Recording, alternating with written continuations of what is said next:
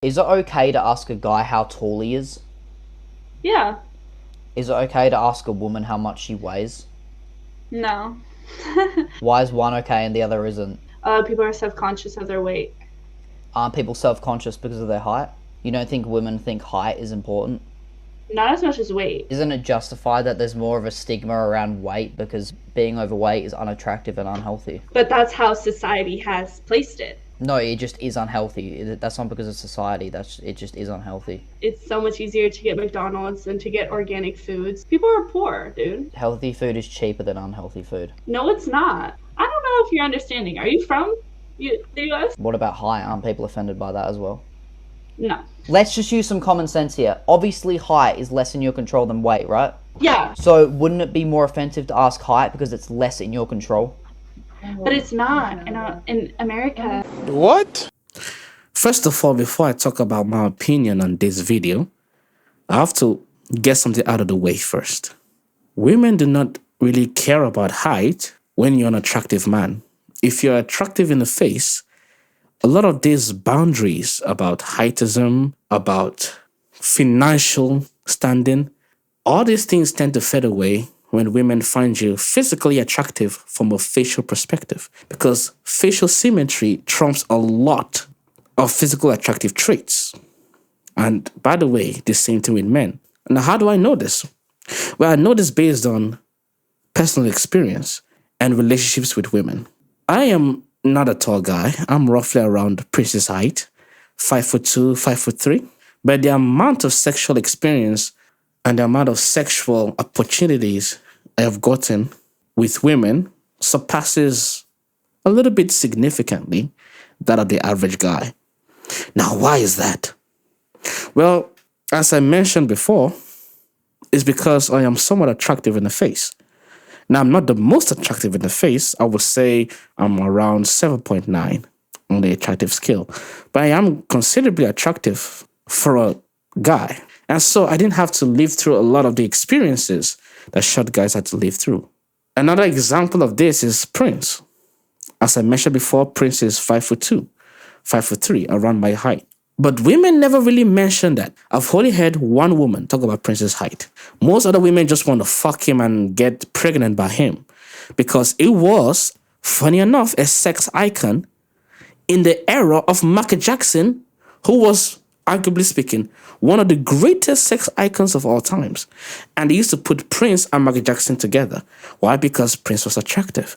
Prince could market himself as a sex icon because he was attractive, even though it was 5'2". So when physical appearance is put into perspective, a lot of this bias or this talk about heightism disappears. A lot of them disappear. Okay, now let's talk about the video. So, why is it that women like this exist? Why is it that there are women out there that are okay shaming men when it comes to their height, or at least playing down men's emotions when it comes to heightism, but are perfectly fine justifying fat women when it comes to their decisions? Well, the answer is very simple. A lot of the things these women talk about, they don't really believe it. That's the first thing you gotta understand. They just talk about it because it's the trend of the day.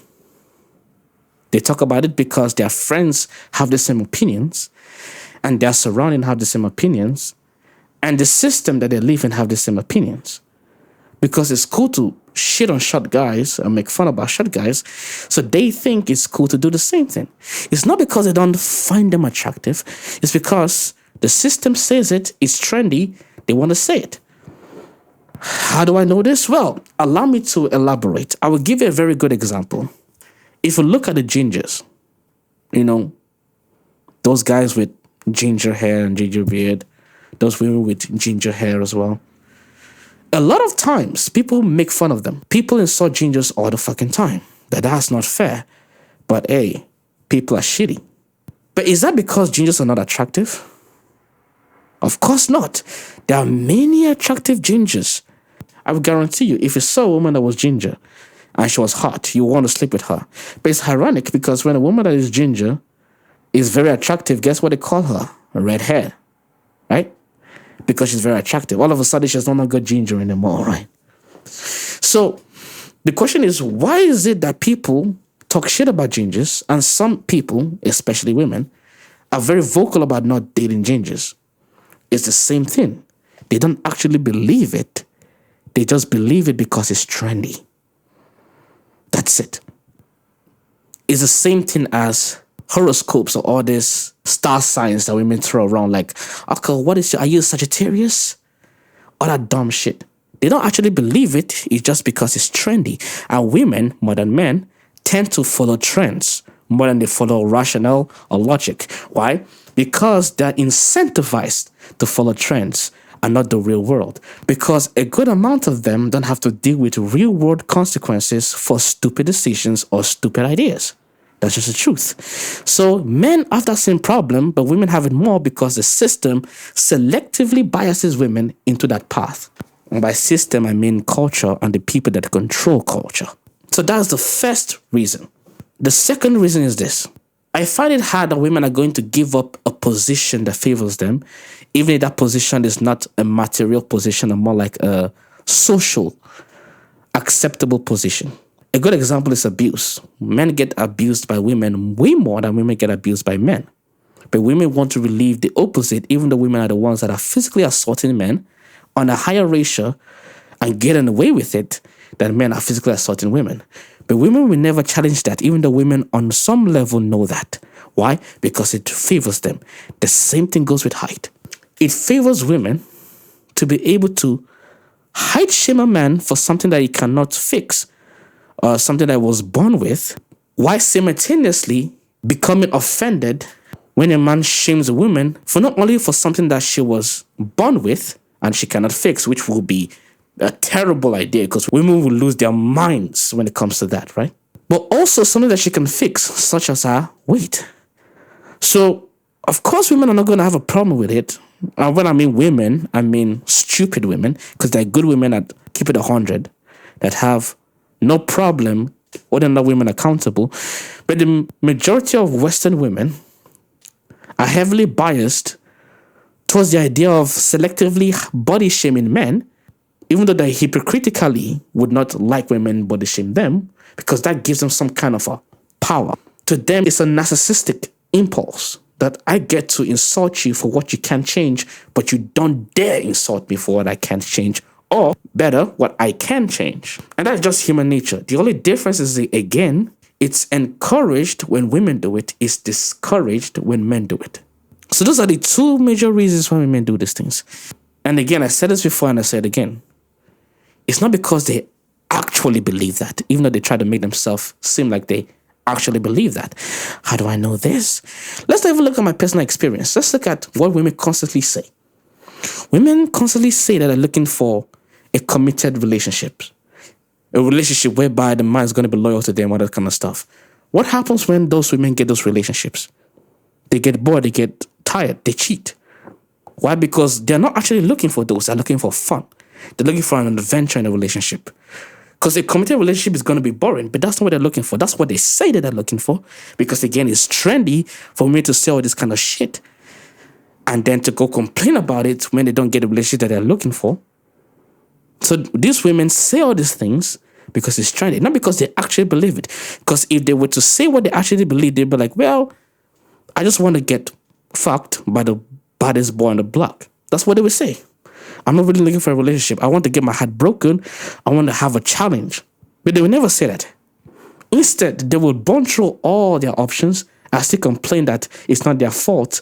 They're just looking for a good man. They were never looking for a good man. But that's a good example why you do not take what women necessarily say on base value, but you look at what they do and you work from that. By the way, that is not only for women, that's also for men. So when women are talking all this shit about, I would never date a guy that is short, most of them don't actually mean it. And you would know this immediately after all their options disappear. Now you might be like, well, I'm a man of dignity. What the fuck would I want to go with a woman that didn't want to date me 3 years ago, but now wants to date me now? Why would I do that? Even though I'm short, why the fuck would I settle for a woman that was not prepared to be with me at a point when she had all these options. She just want to be with me now because all the options are gone. That's a fair point. But I will tell you this. It's better to have desperate, self-entitled women come to you and capitulate than to have no women coming to you at all. Because at least the women that capitulate, you can get them on your program. All those times that they wasted your time, now they can be used to fill up your pockets. Now they want a ring. Now they want a child because their menopause wall is coming very quickly. Now they have to pay. Now they have to start buying you shit. Now, what I'm not telling you to do is to go for these women. I'm just telling you that if pride had deluded these women and they have lost the opportunities that they would have had if they were being with you from the start, and they decide to come back, you don't become Captain Save a Hole. No, you don't do that. You say, okay, now you're ready. Okay, this is what I expect of you. Now that you're desperate enough to come for me, this is what I expect of you. But to do that, you have to have what? Your looks on point, the way you smell on point, how you talk on point, how you compose yourself on point, and possibly your finances on point for yourself. Because all those things, everything that can stimulate what people see and what people feel, we always guarantee you a higher place in society, regardless of how short you are. Yes, if you're shorter, you still have to grind a little bit harder than if you were taller. That is true. And it's unfortunate, but that's just the world. That's the reality of the world. But understand this, women, from a biological perspective, even though they may view a certain kind of man as more attractive, like a man that is taller, that is a preference for them. That is not a deal breaker. The reason it's a deal breaker to these so-called women is because they have a lot of options. Because the West has indoctrinated them. It's because they are reverberating old talking points by their stupid friends and society. That's it. But when we come down to the biological perspective, if you were the only man on earth, these women will kill over you. They would kill any other woman that even tries to have sex with you. That's the mentality I need you to understand. Because that's the truth. That's what people don't tell these men. The only reason women have this stupid idea is because of cultural conditioning and social conditioning. Not because they truly believe this. Not because that's what they truly want from a biological standpoint. A good example would be what we think about women with big titties or small titties. We love them all. We probably will fuck them all if we could. But we favor big titties as a preference over small titties. That doesn't mean we're going to be like, small titty bitch, get the fuck out of here. I never fuck girls with small titties. We're never going to be like that. There's never going to be a day where men say stupid shit like that. So even if there's a time that comes whereby it becomes socially acceptable to shame women for how small their titties are, and to be honest, there's some level of shaming women for small titties, but let's assume that that becomes the order of the world, that every man now is expected to shame women with small titties, right? Regardless of that, that doesn't change the fundamental biological attraction that men have for women on whole. That wouldn't change it. Now, notice they will never really come. I'm just telling you, that's how human beings operate. Leverage and lack of leverage is what decides whether people tell the truth about what they really believe, or whether people can lie and claim they believe something they don't believe, or espouse dumb talking points that's being reverberated by their friends. It's all about leverage. The reason why they say this dumb shit, because they've been given so much leverage by society and by men that simp. So they don't have to change it. All right, man. Sorry to be coming too long. I'll see you guys later.